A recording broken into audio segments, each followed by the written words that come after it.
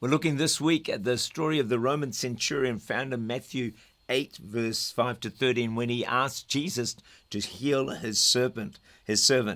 And Jesus said to the centurion, "Go your way as you have believed, so let it be done for you." And he said earlier in that, he said, "I've not found such great faith, not even in Israel." And the first key to this healing was that it's a story of great love as well as great faith. The centurion loved his servant. In Galatians 5:6, faith works through love.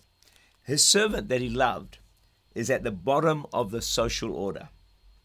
A slave in those days was like a chattel. They didn't have any legal rights. They couldn't take you to court. In Roman law, a slave is defined as a living tool. No rights. The master could ill-treat him, even kill him with impunity. One Roman writer on estate management recommends that the farmer examine his implements every year and throw out those that are old and broken, and to do the same with his slaves. Normally, when a slave was past his work age, he was thrown out to die. The attitude of this centurion to his slave is unbelievable. Phenomenal act of love. And I think we need to honor and respect every person in any church who takes time to love the unlovable, love the homeless, love the disadvantaged, love the slaves, if you like, because you follow in the footsteps of the centurion, but not only of the centurion, you follow in the footsteps of Jesus. And love like that, according to Scripture, releases miracles, because it says what? Faith that works by love. Galatians 5 and verse 6. Now, the centurion means a commander of 100. He would have been affluent, prominent, successful. He had all going for him. Yet, he still deeply cares for the servant who's a nobody, who's at the bottom of the social rungs. Amazing, really. And so we're talking about great faith. And we need faith in our everyday walk with God, because that's what's going to bring breakthroughs, healings, and miracles.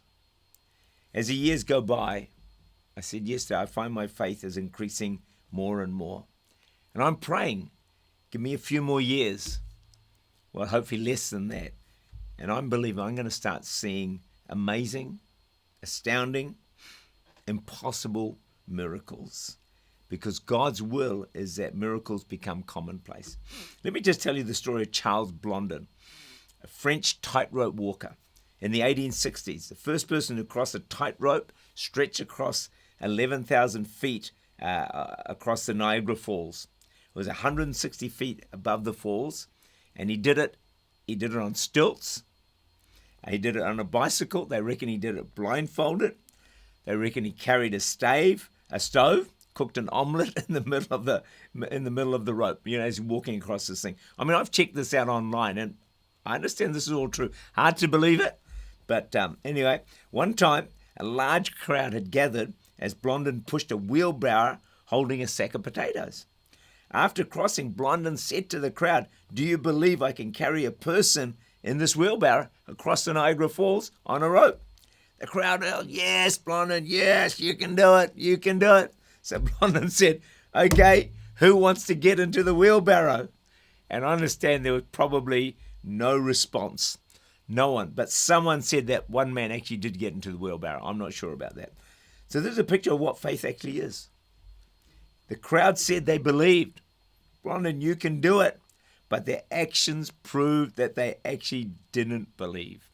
Here's a challenge for us. Will we cast the whole weight of our lives on Jesus? Will we trust him in every area of our lives? Will we get in the wheelbarrow and let him push us across the Niagara Falls because we trust him? Will we trust him with our finances, our future, our marriage, our career, our physical health? Will we cast our whole weight of trust in Jesus? That, my friends, is great faith.